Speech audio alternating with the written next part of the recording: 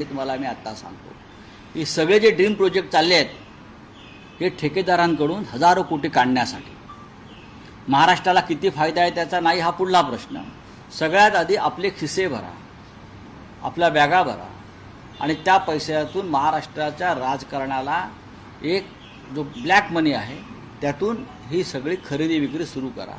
यासाठी प्रोजेक्ट आहे. समृद्धी महामार्गासंदर्भात फक्त ठेकेदारांना दोषी धरून चालणार नाही, त्या संबंधित खात्याच्या मंत्र्यांना ताबडतोब मंत्रिमंडळातून काढलं पाहिजे.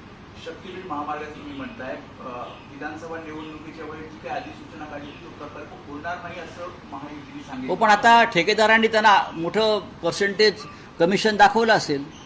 ही सगळी कमिशनबाजी आहे. तुमच्या 500 कोटी माळेगाव कारखान्याला देणार आहेत. कुठून आणणार तुम्ही 500 कोटी? कोणाचे घेणार आहेत? एका कारखान्याला 500 कोटी रुपये तुम्ही देणार आहात, एका कारखान्याला माळेगावच्या. त्यासाठी या राज्याचे डेप्युटी CM 20 दिवस गावात बसतात खुर्ची टाकून. हां, काय चाललं या राज्यामध्ये? फार कठीण अवस्था आहे. लूट चालली आहे या महाराष्ट्राची, फक्त लूट. राऊत साहेब, स्थानिक स्वराज्य संस्थांच्या निवडणुकांचे पडघम वाजू लागले